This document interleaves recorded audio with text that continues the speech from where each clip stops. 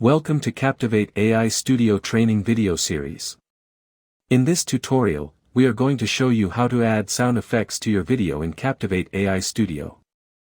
Once you upload your video from local, your auto captions will be generated.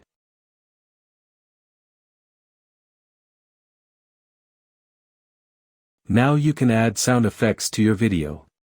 Just click on the sound icon. Choose the sound of your choice for your captions.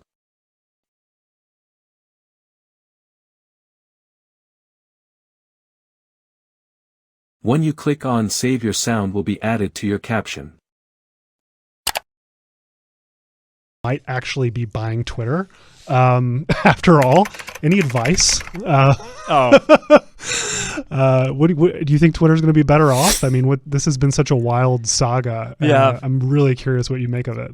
I don't know. I think it's this is another one of these things that it's really unclear how it'll actually turn out. So it's obviously it's out there, and I think it's interesting as a saga, like you're saying, but I think even at this point, it's not actually clear what's going to happen.